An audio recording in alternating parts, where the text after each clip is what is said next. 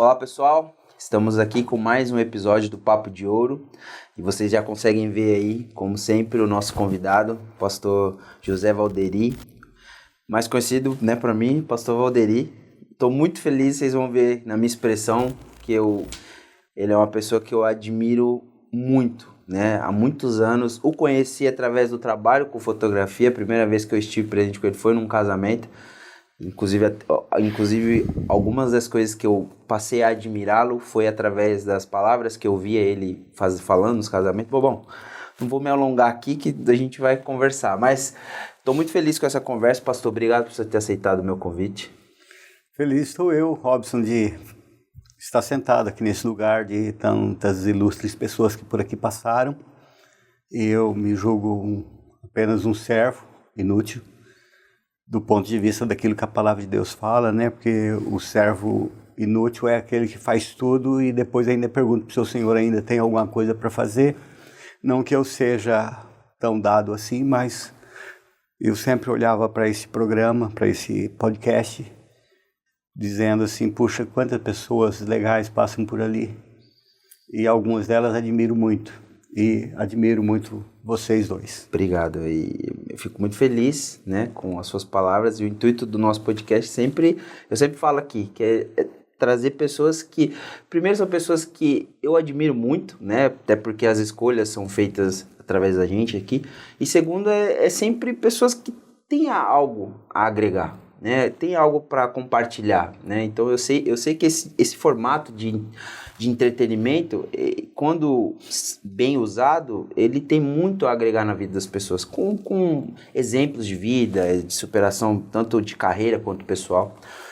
E é isso, se você está vendo esse podcast no Instagram, no YouTube ou no Spotify, não esqueça de deixar o seu curtir, compartilhe com seus amigos, Tenho certeza que esse podcast aqui vai ser muito abençoado. Bom, hoje o Papo de Ouro recebe uma pessoa das vozes mais respeitadas de Ouro Preto do Oeste. Paranaense de Ubiratã, teólogo e professor, ele dedica sua vida há 33 anos ao ministério pastoral em nossa cidade. Um homem que acredita que sua missão é ser suporte para o próximo e que carrega a marca da credibilidade e do afeto por onde passa. Seja muito bem-vindo, pastor Valderi. Obrigado, eu fico feliz por estar aqui. Pastor, para a gente começar, quem é José Valderi Pereira? Essa é a pergunta mais difícil que talvez você vai me fazer durante todo o nosso papo. Falar de mim é a coisa mais difícil que eu encontro. Eu acho fácil falar de Jesus, acho fácil falar das pessoas ao meu redor, mas me definir é uma coisa muito difícil. Então, eu tento ser o melhor imitador que eu possa ser de Jesus e ser um suporte, alguma coisa que facilite a vida das pessoas para o encontro com a verdadeira vida. Quando que o senhor veio para Ouro Preto? O senhor lembra da viagem para Ouro Preto? Quando o senhor chegou? Conta pra gente um pouquinho dessa fase da sua vida. Lembro como se fosse ontem, Robson. A minha vinda para cá foi motivada por causa de um chamado divino. Eu era ainda bastante jovem na fé cristã, já tinha aproximadamente 26 anos, já era casado, mas era convertido ao cristianismo há pouco tempo, embora tudo na minha vida se tornou muito precoce quando eu encontrei com Cristo. E logo depois de convertido, batizei com aproximadamente 3 meses, fui batizado com aproximadamente 3 meses de convertido, com 6 meses eu já estava casando, e ainda antes de completar o ano de 90, eu já estava no seminário. E quando foi em 92, em dezembro de 92, eu vi uma pregação de uma jovem convertida também, que falava sobre Israel e o Golias. E naquela pregação ela repetia várias vezes: Israel, Golias é grande, mas o teu Deus é maior. Israel, Golias é assustador, mas o Senhor Deus te dá a força para vencer essas batalhas. Terminada a pregação, o pastor da igreja se levantou, foi ao altar e disse: temos uma missão muito difícil para assumir, e ainda essa semana eu tenho que ir para Ouro Preto, porque o pastor de lá se comprometeu de maneira que terá que ser removido do altar da igreja, e nós vamos para lá para assumir o trabalho, e eu precisarei indicar alguém desta igreja para assumir interinamente o trabalho de direção daquela igreja, e eu vou ser o pastor dela, dando assistência temporária, quinzenal, mensal.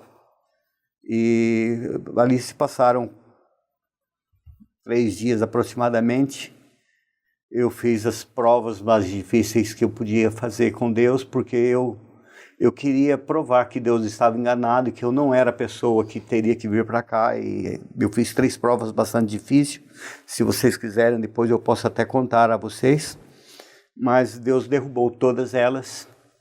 E no dia 4 de dezembro, estava eu aqui, uma figura. Eu quis me apresentar como uma figura bastante controversa para que a igreja não me quisesse no trabalho aqui. E, infelizmente, 100% do povo que naquele dia estava lá votaram a favor de que eu ficasse aqui. Então, dia 4 de dezembro, locomovemos de Paraná a Ouro Preto de moto, e eu procurei fazer assim as coisas da maneira mais atrapalhada possível, para que ninguém olhasse para mim e falasse assim: esse cara serve para ser o nosso dirigente, e acabei me tornando o pastor dessa igreja. Amém. O senhor, quando veio, já foi para aquele mesmo endereço que é até hoje? Aquele mesmo endereço que é até hoje. É a rua Avenida Capitão Silvio Gonçalves de Farias, 981. Eu não, no nosso briefing inicial, eu não tive certeza, mas então o senhor sempre esteve no mesmo endereço, do início até hoje. Eu sou pastor de uma única igreja como presidente. Já pastorei outras igrejas como pastor interino, que é aquele pastor que faz os trabalhos de um pastor local, mas apenas de maneira temporária. Então, já cumpri essas tarefas, mas como presidente apenas da Igreja Batista Nacional de Ouro Preto. O senhor já nasceu em berço cristão? Não. A minha vida religiosa tem bastante momentos assim controversos. Catolicismo, batizado, crismado ainda antes de completar 1 mês de vida. A crisma não era aplicada aos recém-nascidos, porém, no meu caso, foi aplicado isso. Acho que um pouco de precoce. Eu imagino que meu pai tenha convencido o bispo do local a fazer o trabalho precipitadamente. Passei rapidamente pela Umbanda, desisti da Umbanda, voltei ao catolicismo como praticante assíduo e, infelizmente, me decepcionei com coisas que eu vivi lá e me tornei uma espécie de rebelde sem causa por causa das decepções. Até que me encontrei com Jesus em um momento bastante difícil da vida e desde então tenho sido cristão. Amém. E o senhor falou que desistiu da Umbanda, então o senhor chegou a ser um frequentante? Sim, eu não fui não cheguei a me batizar na Umbanda. Já minha mãe e meu pai batizaram-se na Umbanda, na cidade de Rolim de Moura, mais precisamente nas águas do rio Bamburro, que é conhecido como Bambu. E eu assistia tudo aquilo, e eu até imaginava que aquele seria, né, a minha base espiritual. mas lá dentro eu vi alguma coisa que me deixou em suspensão. Porque apesar de eu não ser uma pessoa dada à fé, eu tinha alguns parâmetros da fé que norteavam, que eu imaginava que era necessário que pessoas que se declaravam ter fé deveriam ser praticantes ou observadores. E as coisas que eu ali vi me deixou de orelhas em pés, e foi o último dia que eu entrei em um terreiro de Umbanda. Quando eu era mais jovem, eu tinha os meus, naturalmente, preconceitos, né, eu falo. Então, eu aceitei o convite uma vez de uma conhecida para ir num terreiro. E aí, de fato, eu fui com a cabeça aberta. Igual você falou, né, eu frequentava e tal. Eu fui, mas eu tive uma experiência muito ruim, né, assim, do que eu vi e tal. Eu também nasci em berço católico, a minha mãe é católica até hoje, eu tenho a primeira Eucaristia.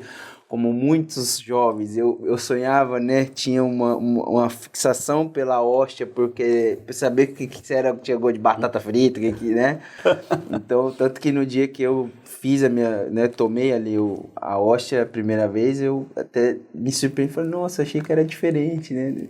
Então eu passei por isso tudo. Só não cheguei a crismar, né? Mas eu também sou de berço católico. Me converti aqui em Ouro Preto, na Wesleyana, né? O pastor Paulo, na época. Ele era foi uma pessoa muito importante para mim. Paulo Menezes. Isso, pastor Paulo Menezes. Meu amigo. Nossa, ele é sempre eu ainda o sigo no Instagram, no Facebook. Sempre eu acompanho. Os filhos dele estão bem grandes já, casar. Então, eu também tive essa, assim, claro que não comparando jamais, mas só que eu não sei, a única vez que eu senti todas essas experiências, igual eu falei, na questão da Igreja Católica, foi algo que me foi apresentado pela questão da minha família. Na Umbanda foi questão de curiosidade, mas de fato, onde eu fui sem pretensão, e de fato eu senti a presença de Deus, onde eu me converti, foi na igreja evangélica. Eu acho legal essas histórias, né? As pessoas... eu não cresci em berço evangélico, né? Mas você vê que Deus preparou todo o caminho para que o Senhor chegasse a ter... Igual a gente vai falar mais à frente, né? Mas hoje o seu nome, a sua imagem, ele é tido como uma pessoa de fato de credibilidade. Eu acho, isso é uma coisa que eu admiro, porque é uma filosofia medialista também. A gente sempre pautou a nossa postura, as nossas decisões, né? E quem nós somos e as nossas atitudes em construir uma base sólida. Não de ser, igual eu falei, até conversei com uma outra pessoa aqui, o meu maior medo é caminhar na rua com a minha filha ou com a minha família e ser apontado dele e falar, aquele ali é um picareta, aquele ali é um enganador. Esse é o maior medo que eu tenho disso ser atrelado à minha imagem. E aqui eu posso falar com propriedade, porque isso é uma opinião minha sobre o senhor, né, que eu admiro, e eu fico tão feliz quando eu vou num casamento e eu vejo que é o senhor, que é o pastor, porque eu sei que ali vai ter uma palavra boa. Eu vou estar presente de uma pessoa que eu admiro, que eu gosto, e que eu tenho certeza que a bênção vai ser bênção mesmo.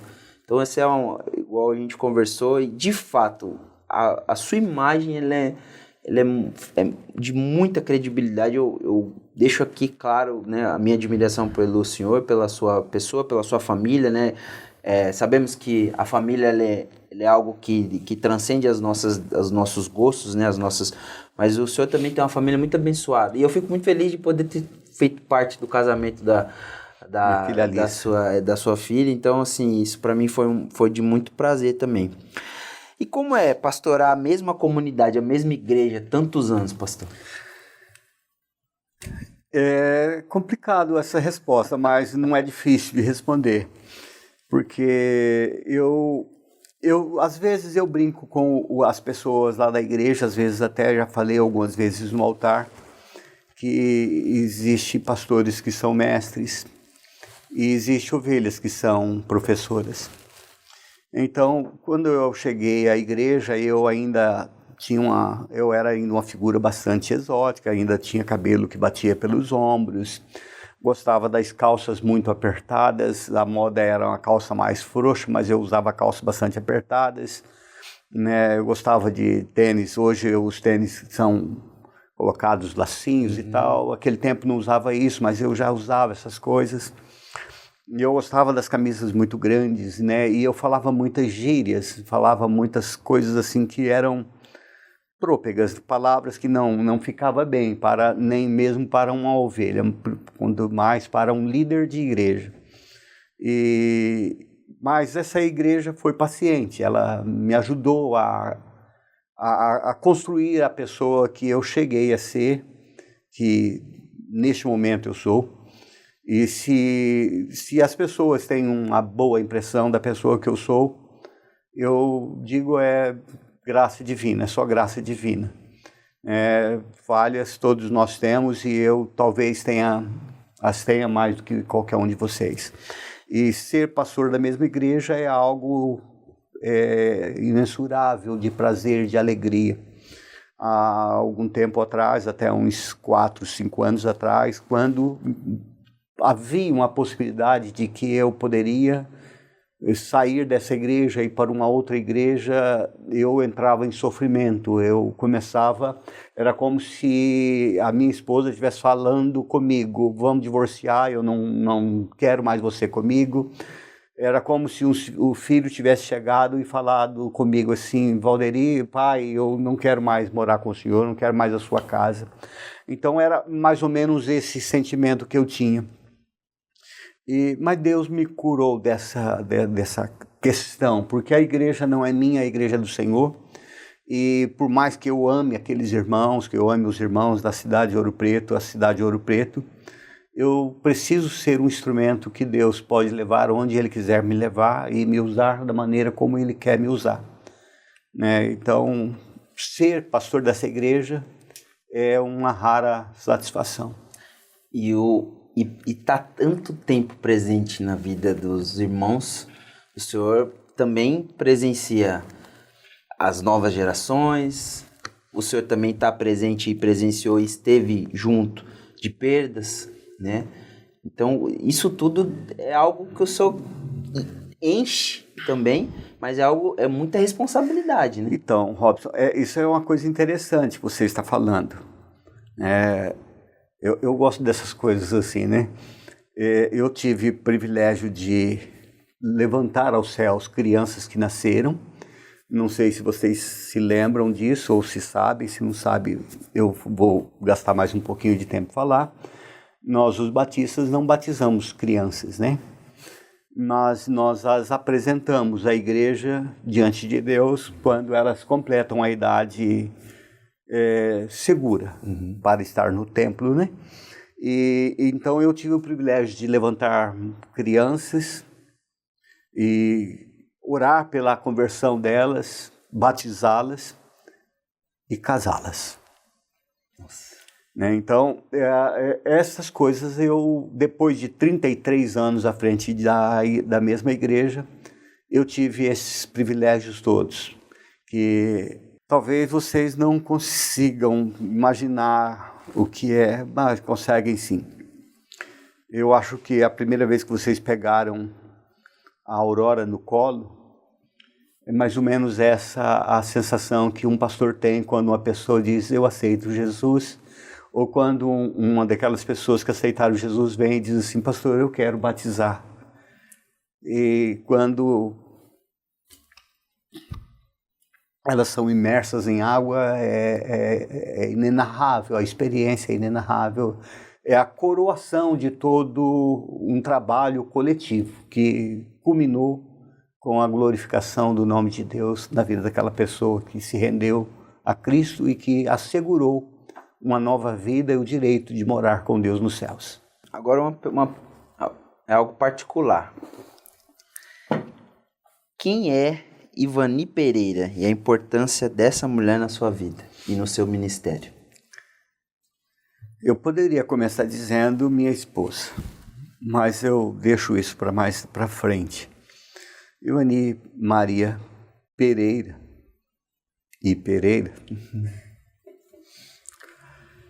é uma mulher fantástica, trabalhadora, como talvez tenha alguém que trabalhe tanto quanto ela, mas não mais. A Ivani, durante todo o tempo em que nós estamos aqui, ela foi uma exímia serva do Senhor, trabalhando jornada tripla, e nunca foi para ela, nunca ouvi ela falar assim: hoje eu não vou ao culto, ou não vou ao congresso, ou não vou ao retiro, ou eu não vou à escola bíblica porque estou muito cansado de trabalhar manhã, tarde e noite como professora, orientadora escolar, supervisora, pois ela já passou por esses cargos todos e agora ela é orientadora da escola militar e uma mãe das mais qualificadas que pode existir. E sim, uma esposa brilhante. Minha esposa. Vocês estão vendo que eu geralmente falo bastante, hoje eu estou só mais ouvindo, porque aqui é muito bom ouvir o pastor falar. E agora eu quero compartilhar com vocês uma situação que para mim eu dificilmente vou esquecer. Eu acho que o pastor vai lembrar da situação, com certeza ele vai, porque eu já comentei com ele outras vezes essa questão. E eu lembro, talvez eu não vou citar o nome, né, mas estão casados até hoje, então foi bênção, foi motivo, realmente foi acertado. Uma vez eu estava fotografando um casamento, lá no início da minha carreira, né? Tava começando ainda e o pastor Valdir era o pastor do casal, do casamento. Eu ouvi, ele começou, né, a dar a palavra, e aí ele compartilhou que o casal em questão, eles não eram frequentantes de nenhuma igreja.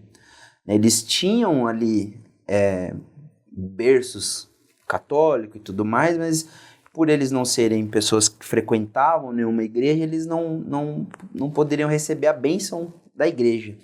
E eles procuraram o pastor porque eles ouviram falar que o pastor ele não tinha essas restrições, ele abençoava, né? E ele falou que o casal chegou e falou isso, né? Contou isso para ele e falou: o senhor abençoaria o nosso casamento? Eu lembro até hoje da fala que ele disse, porque para mim é algo assim, eu chego a me arrepio, porque é difícil hoje em dia a gente ver pessoas que têm essa sensibilidade. Ele falou: olha, eu disse exatamente assim para eles: se vocês me procurassem para descasar vocês, com certeza o não vocês já teriam. Mas para casar e abençoá-los, com certeza não tinha como eu dizer não. Então, assim, na época, ele contando, né, compartilhando isso no casamento, o casal se emocionou, todo mundo, né, se emocionou, porque hoje a gente vive, naquela época ainda mais, mas hoje a gente vive, né, debaixo de várias questões. Claro que tem as doutrinas, tem as questões particulares de cada religião, mas eu achei tão bonito a postura de abençoar. Eu vim para isso, esse é o meu papel, né? E pastor, não sei se eu já tinha compartilhado isso com o senhor, mas acredito que, se não, fica que aquilo, eu virei seu admirador e seu fã. Eu já tinha tido a oportunidade de ter fotografado um casamento com o senhor, mas aquele dia, para mim, essa postura, essa frase do senhor ficou marcado para mim, de uma pessoa que acolhe, não de que uma pessoa que diz não pro irmão, né?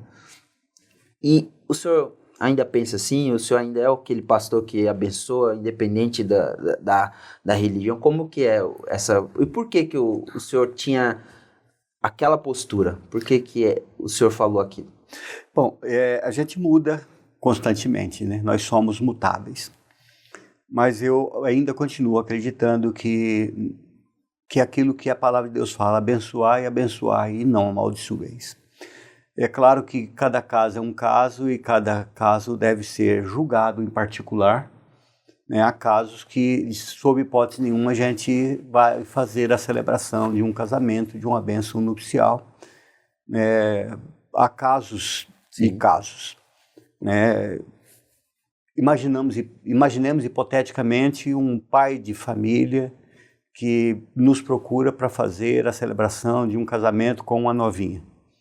Isso não vai acontecer, né? Então, há casos e casos, mas aqueles casos em que as pessoas têm todas as condições de gerar uma família, de construir um casamento sólido, abençoado, por que não contribuir com aquele casal para que eles se tornem uma nova família, um novo projeto familiar de Deus para servir a sociedade e para serem felizes? Não há motivo para não abençoar. Então, nesse sentido, não mudo o meu coração, é esse mesmo. Amém. Pastor, qual o versículo da Bíblia que você mais gosta? Tem um específico? Tem sim. Há vários versículos assim que fazem parte dos nossos versículos de cabeceira. Mas o versículo que norteia a minha vida desde a conversão é aquele que se encontra em Romanos capítulo 10, versículo 9, que, vou recitá-lo, o texto diz: se com a tua boca confessares a Jesus como Senhor e em teu coração creres que Deus ressuscitou Jesus de entre os mortos, serás salvo. E o versículo 11, o versículo 10 vai dizer: porque com a boca se confessa a respeito da salvação, mas é com o coração que se crê a respeito da vida eterna. Então, esse versículo resume tudo para a vida de uma pessoa, porque o que nós falamos tem todo sentido diante de Deus. E pelo que falamos, nós seremos levados a ambientes fantásticos ou seremos desprezados. E isso estou dizendo em todos os sentidos, no meio da sociedade e também para com Deus. Assim, eu confesso que eu sou uma pessoa muito fraca de Bíblia. A minha esposa, lá em casa, a Alice é a nossa base bíblica. Tanto a Aurora quanto eu, quando a gente quer consultar o que deve ser da Bíblia, a gente pergunta para ela, porque ela é a mulher, é a mulher sábia que edifica o lar. Então, essa questão desse versículo, ele cita também, ele também quer dizer na questão da gente falar com Deus e proclamar, porque tem alguns filmes, algumas coisas assim que a gente assiste que fala, você confessa os seus pecados, então tem que falar. Então, o ato de falar é o que a gente tanto professa a nossa fé, né, confessa os nossos pecados, nesse sentido também. Nesse sentido também, porque a palavra de Deus também vai dizer que pela sua boca, pelo que fala, pela sua boca você será absolvido ou condenado. Então, aquilo que nós falamos tem peso. Aquilo que nós falamos pode salvar uma pessoa e pode condenar uma pessoa. Então, a fala é levada muito a sério por Deus. Inclusive, quando você falou aí de confessar os pecados. Quando nós falamos dos nossos pecados para alguém, é como se nós estivéssemos abrindo uma torneira para que dela escape água, aliviando o peso que estava sobre aquela caixa d'água, sobre aquele objeto, né, sobre aquele invólucro de contenção. Porque guardar coisas feias na nossa cabeça custa muito caro. Custa o nosso sono, custa o nosso apetite, custa o nosso humor, custa às vezes a família, custa às vezes a saúde estomacal, a saúde da pele. Então, guardar coisas é muito ruim. Então, falar as coisas é muito bom. Não é sem motivo que nós vamos encontrar na palavra de Deus: confessai os vossos pecados uns aos outros para serem curados. Porque quando nós falamos daquilo que nos perturba, nós estamos dividindo a carga com alguém. E quando nós dividimos a carga, vai ficar mais fácil de levá-la. E dependendo de quantas pessoas que estão dividindo a carga conosco, nós nem vamos sentir a carga no caminho. E claro que o versículo que você me perguntou, ele fala diretamente da fé. Da fé que tira você de um estado de um ser humano normal para um ser humano espiritual, de um ser humano sem procedência a um ser humano com destino seguro, celestial. E ainda partindo desse princípio da fala, quão perigoso é para a família, o lar, a gente numa discussão, numa briga, fala, eu quero me separar, você é isso, é aquilo, na sua visão de pastor e de homem também, dentro disso, esse mesmo contexto, e também é perigoso? Sim, com certeza. Tudo que nós falamos tem peso. A palavra de Deus diz que as palavras são como flechas lançadas ao vento. Então ele diz, uma flecha lançada ao vento, ela não deixará de navegar, de voar, de ir avante até que tenha atingido um alvo, seja o alvo destinado, ou seja o solo, ou uma planta, ou um animal, alguma coisa.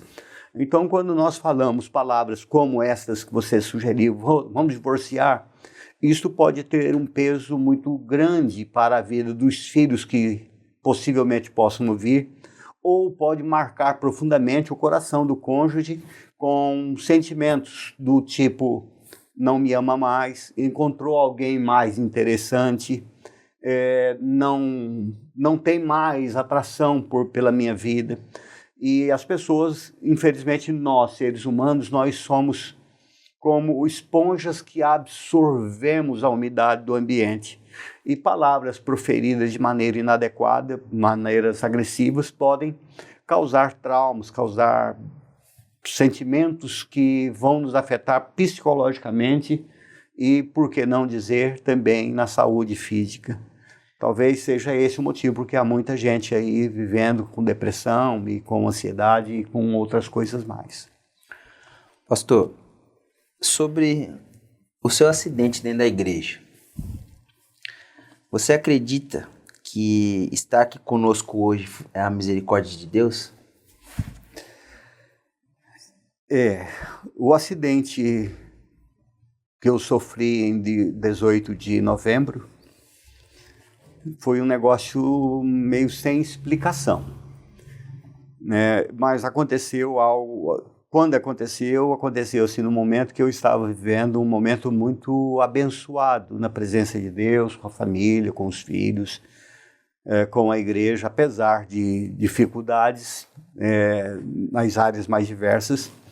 Era um momento muito abençoado, vamos assim dizer, muito tranquilo, vamos assim dizer. E não me lembro do acidente, evidentemente, eu lembro de ter colocado as caixas de som lá sobre o teto. Lembro do meu filho chegando à porta e dizendo, vamos arrumar a caixa, ela tá... Eu falo, não, já coloquei. Não, mas está um pouquinho torto, vamos arrumar.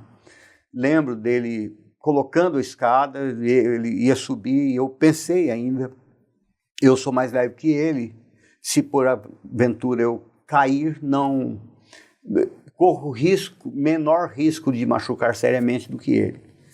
E lá de cima eu lembro ainda de vê-lo lá embaixo, lá no solo, né? E é a última lembrança que eu tenho daquele momento. E me lembro, sim, do momento em que eu acordei com a cabeça cristã novamente.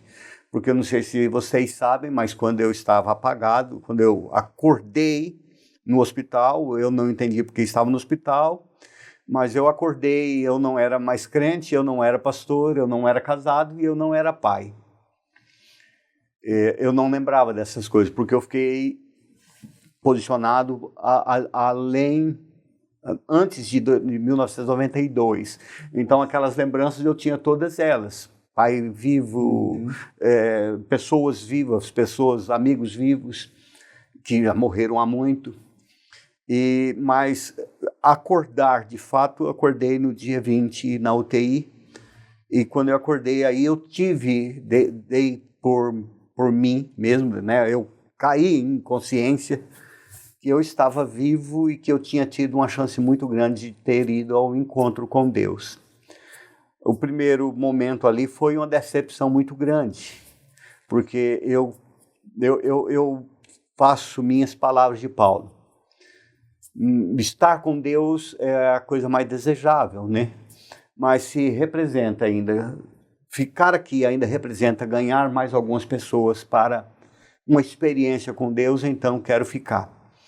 Mas a consciência, eu continuo por aqui, foi assim um impacto muito grande. Eu custei a recepcionar aquilo como uma coisa muito boa, né? E as pessoas perguntavam assim, como o senhor está? Eu tentava fugir do diálogo dizendo sempre assim, estou bem, estou andando, estou falando, está tudo bem. Né? E isso, mas era claro que eu penso que se eu estou andando e estou falando, está tudo bem. Mas era também uma espécie de uma fuga. Eu não quero comentar por que eu estou aqui, porque eu não entendia motivos porque eu ainda estava aqui. Sim. É claro, muitas pessoas chegavam e diziam assim, o senhor está aqui é porque é importante, eu ainda preciso do senhor aqui. Há pessoas que ainda vão se encontrar com Cristo através do senhor. Há pessoas que ainda vão ter os seus casamentos restaurados através do senhor. Mas naquele momento nada disso me importava. O que importava era estar com Deus. Pois essa é realmente uma coisa assim que eu desejo profundamente, é que a minha ficha seja chamada a um momento desse e eu possa me encontrar com Deus. Então alguém pode ter medo da morte e eu tenho medo da dor que pode levar à morte, mas a morte é algo que eu espero ansiosamente. Não tenho vontade de morrer, gente, do ponto de vista de suicídio, tá bom? Até porque isso, perante a Bíblia, não levaria para... Não pega Isso não passa sequer na minha cabeça. Mas seria o chamado divino. Isso é algo interessante de ouvir com essas palavras. Que eu não imaginava que você ia falar. Eu tive a oportunidade... Quase fui ao encontro, né? Foi uma chance. Foi uma grande chance. Que é tão... deve ser... Eu sou um pecador, né? Mas assim, deve ter essa certeza, a gente talvez não seja essa palavra, mas saber que está preparado, né? Que o Senhor segue a palavra, igual o Senhor falou, eu não tenho medo da morte, porque eu sei para onde eu vou. Isso deve ser uma paz de espírito tremenda, né? É isso que é maravilhoso, Robson, que todos nós pecamos. Todos nós. Nós mentimos, todos nós mentimos. Imaginemos que esse chá estava maravilhoso, mas imaginemos que não estivesse e alguém falasse assim, um de vocês falasse assim, como é que está o chá? Dificilmente eu iria dizer assim, está horrível. Então, às vezes, a pessoa chega para você e fala assim, como eu estou? Não está combinando nada, está parecendo uma arara, está parecendo uma ave silvestre. Mas para manter não está combinando nada, né? Mas por manter a política da boa vizinhança, a gente vai acabar dizendo assim, está maravilhosa, está maravilhoso, está bonito. Né? Então, a gente mente. A gente mente por motivos bobos, banais. Que é da nossa natureza. É da nossa natureza. Mas aí é que entra em cena a graça divina. Porque a graça divina é maravilhosa. O que Jesus fez na cruz foi fantástico. Porque nós, pelo nosso esforço, pelo nosso recurso e pela nossa sabedoria, não há nenhuma possibilidade de nós termos um encontro verdadeiro com Deus. Mas Cristo oferece um sacrifício por nós, estabelecendo pela graça, sois salvos mediante a fé.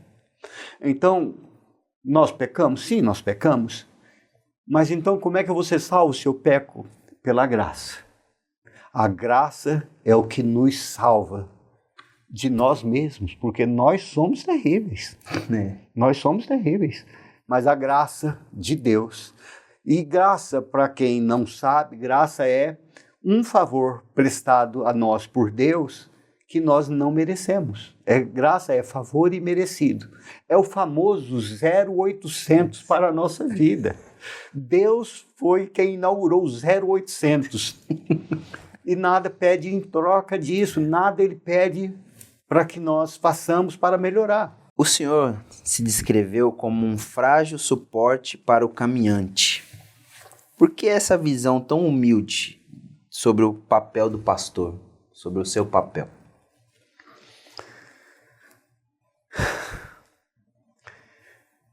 Por causa de Jesus.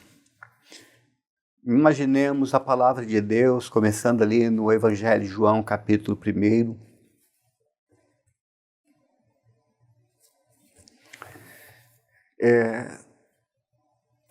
João traz ali essa ideia do Cristo deixando o seu ambiente glorioso,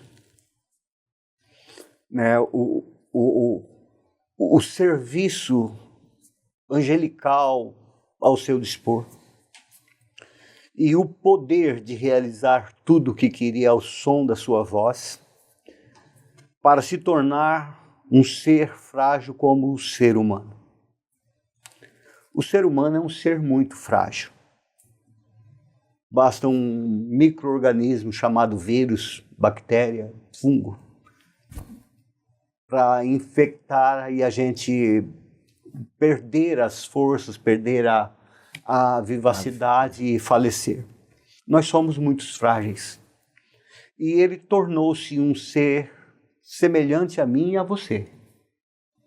Nasceu, imagina que ele, sendo Deus, tornou-se homem. E ao tornar-se homem, ele viveu a vida de um bebê recém-nascido e a vida de um infante, de um adolescente e de um jovem. Então ele passou por todas as dificuldades que um ser humano passa. Incompreendido, perseguido, destratado, desdenhado. Sofreu para desenvolver o ministério. Inclusive, entre os seus próprios irmãos, havia quem disse, houve dentre os irmãos de casa, porque Jesus teve outros irmãos, vários outros irmãos. Entre eles estava um deles que era Tiago e Judas, que inclusive eram apóstolos dele. E houve entre os irmãos, a Bíblia não fala quem foi, mas disse, já que você quer desenvolver esse ministério, faz abertamente o que você tem para fazer. Mas ele diz, ainda não é chegada a minha hora. Em outro momento ele diz assim, o profeta de casa não pode fazer muitas coisas, porque se tem um lugar que o profeta é desonrado é dentro da sua própria casa. Então, Jesus mostrou-se humilde. E uma das últimas coisas que Jesus fez antes de ser traído, crucificado, foi lavar os pés dos seus discípulos. Lavar os pés era alguma coisa atribuída exclusivamente aos escravos. Mas Jesus fez... A função, você fala. Escravos era quem tinha a função de lavar pés de pessoas. E é tanto que Pedro discutiu com Jesus. Não, quem tem que lavar os teus pés sou eu. E Jesus disse, não, eu tenho que lavar os seus pés por hora, porque quem eu não lavar os pés não tem parte comigo. Pedro tenta dar um jogo de cintura ali, não, só os pés, lave a cabeça também. E Jesus dá um outro ligeiro puxão, não, Pedro, você já está limpo pela palavra. Quer dizer, Pedro já tinha tido um encontro com Deus, a palavra já tinha feito a extração do pecado que separava ele de Deus. Convém que eu faça isso agora. E Jesus diz que nós devemos fazer isso continuamente. Não é lavar os pés das pessoas continuamente, mas imitá-lo na atitude da humildade.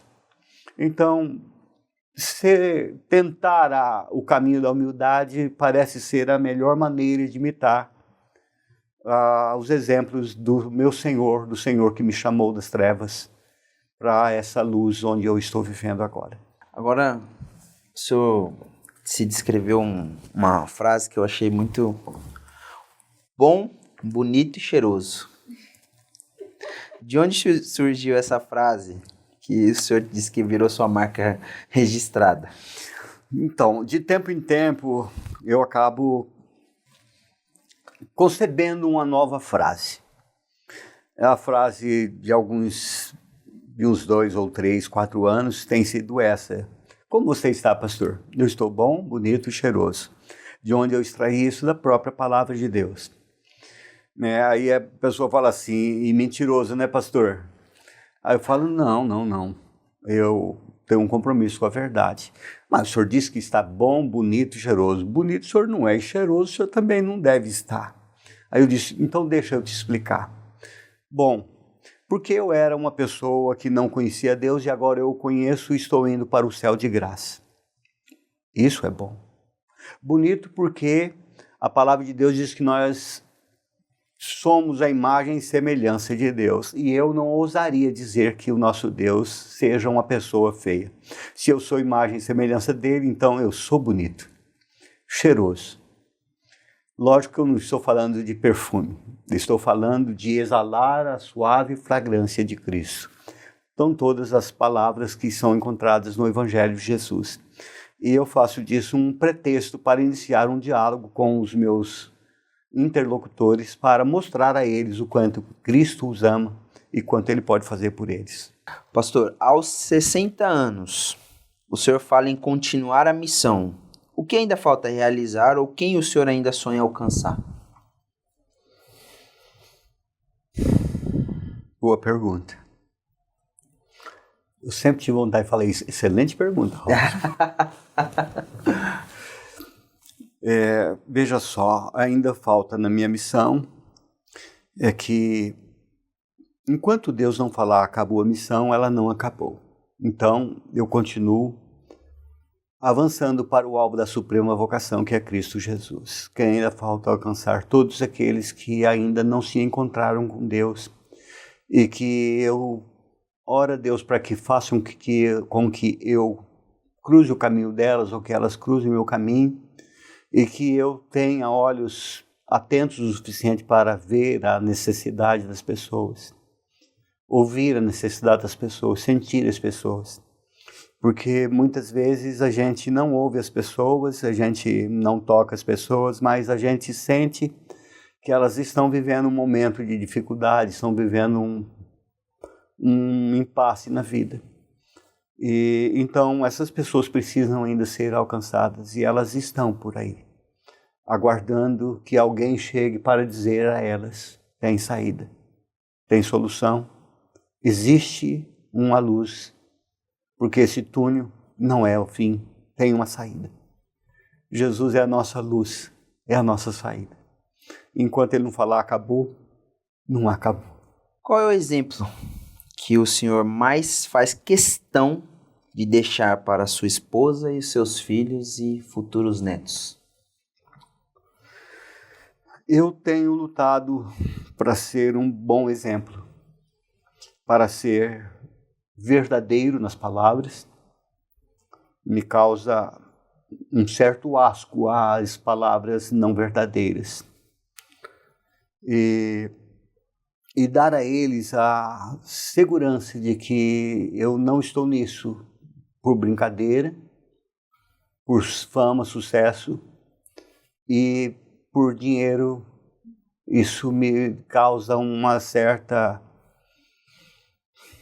certo nojo quando eu escuto as pessoas falar que alguém possa estar fazendo ministério pastoral, ministério sagrado, com a intenção do que possa vir a partir disso financeiramente. Benefícios, né? Benefícios financeiros. Dinheiro pode ser alguma coisa importante, mas ele não compra um lugar na presença de Deus. E um grande desejo do meu coração é deixar para os meus filhos: papai foi um homem que andou com Deus. Inclusive, essa era uma luta que eu tinha quando eu fui ter o primeiro filho. Eu tinha muito medo de que eu não fosse suficientemente zeloso para mostrar o caminho de Deus para os meus filhos.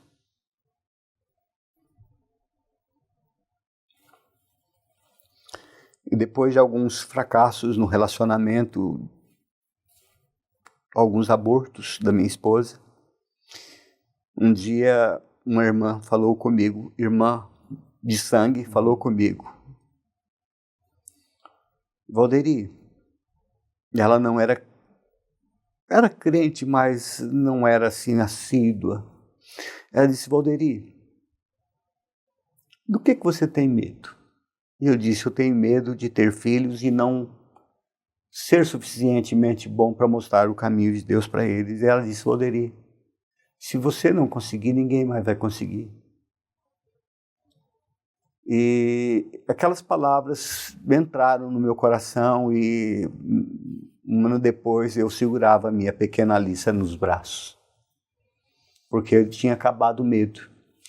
E eu vi os meus filhos aceitando Jesus, eu vi eles pedindo o batismo, e no dia em que o meu filho mais do meio aceitou Jesus, eu estava indo para Ji-Paraná, nós contornávamos aquela curva ali que é conhecido como curva do Piau, não sei se você sabe de onde é, e eu pregava para os meus filhos enquanto dirigia, e eu perguntei ao Mateus se ele tinha entendido, e a Isabela acho que devia ter um ano e meio, 2 talvez, e o Mateus disse, eu entendi, pai. E eu disse, o que você quer fazer agora? E ele disse, eu quero aceitar Jesus. E eu disse, então eu vou orar com você. E a Isabel falou, eu também quero aceitar Jesus, porque eu também entendi, pai. E eles, quando completaram a idade, também pediram batismo. E são bons crentes, têm as falhas deles, são bastante geniosos, mas são de Deus. Queria fazer algumas perguntinhas rápidas. Bate-bola, perguntas e respostas, mas o senhor pode ficar à vontade para se alongar caso necessite.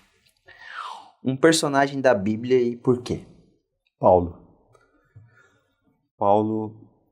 porque me vejo de alguma maneira na vida de Paulo quando ainda não cria em Jesus. Um livro, além da Bíblia.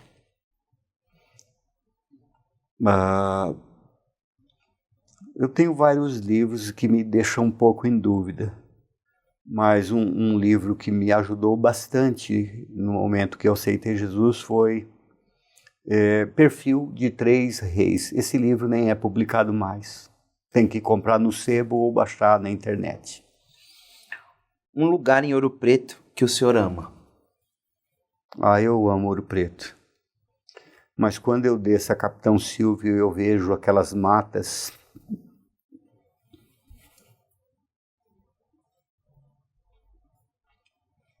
eu sinto paz. A família, para o senhor é? Um tesouro inestimável. Uma canção que toca o seu coração. Eu era bem jovem, na fé, e tocou muito meu coração uma música em espírito e em verdade. Porque tem uma parte dela que ele fala daquele momento em que se sai dos atos para entrar na presença de Deus. O maior desafio de um pastor hoje? São tantos desafios. Se manter firme na fé, apesar das novidades que surgem por aí. Ser minhoca no anzol é? Ser atraente para as pessoas. O casamento para o senhor é? A base da família, um mandamento de Deus. Uma coisa que Deus escolheu para nós. Um momento inesquecível no altar que o senhor viveu.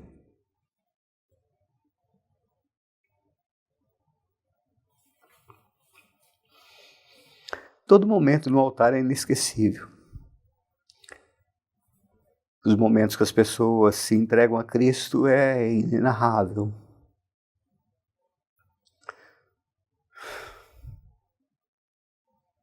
Desculpem.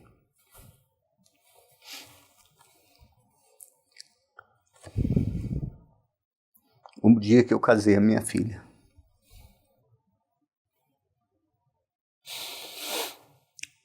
O essencial para viver é? Cristo. Prosperidade é? Amigos, saúde, família, comunhão com Deus. Uma comida que não pode faltar na sua mesa preferida.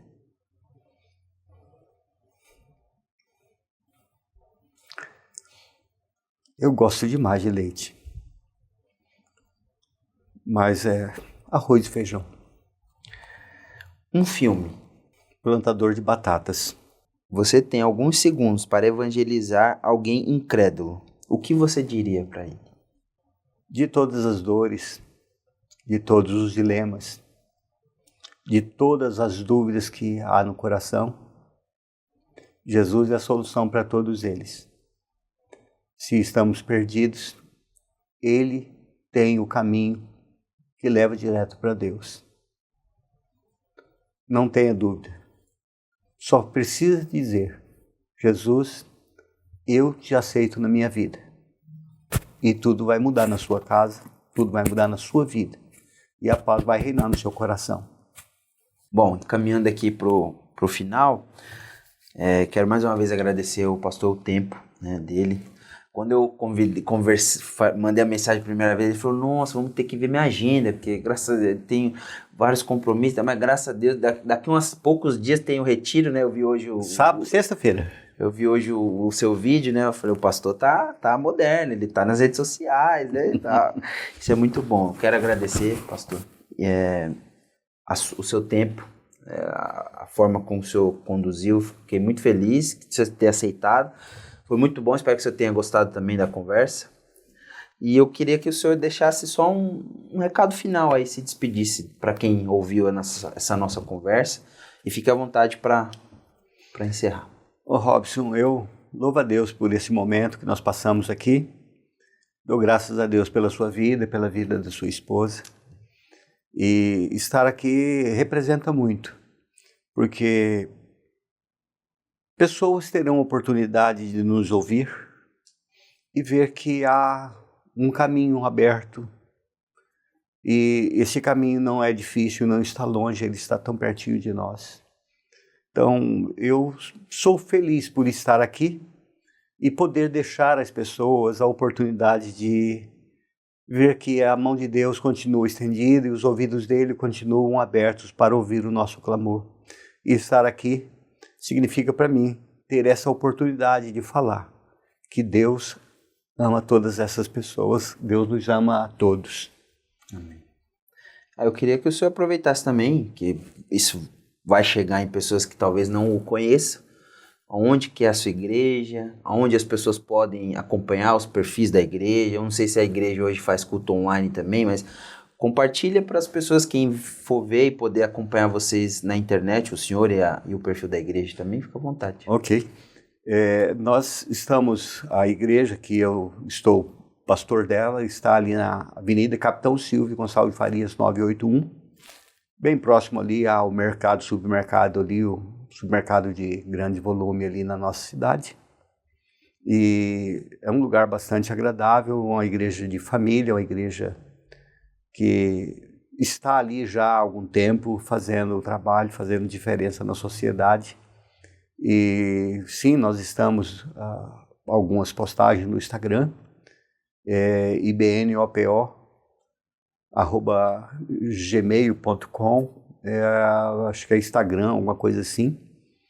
E tem lá algumas coisas. No momento não estamos em cultos online. Temos intenção de voltar, mas ainda não é hora para isso. Estamos orando a Deus. E aos que desejarem ali nos visitar e somar forças conosco, será um grande prazer. Quero dizer para vocês todos que a nossa igreja não é igreja de pessoas perfeitas. Elas todas são como a mim mesmo, que tem lá os seus defeitos e dificuldades, mas juntos nós estamos irmanados para nos ajudarmos uns aos outros, para caminharmos até chegar à presença de Deus, quando vai ser uma festa imensurável. Se você deseja isso para a sua vida, vem conosco. Então é isso, pessoal. Amém. Tudo esse episódio foi incrível. Tô sem palavras, para ser sincero. Então vou voltar aqui à minha função de apresentador.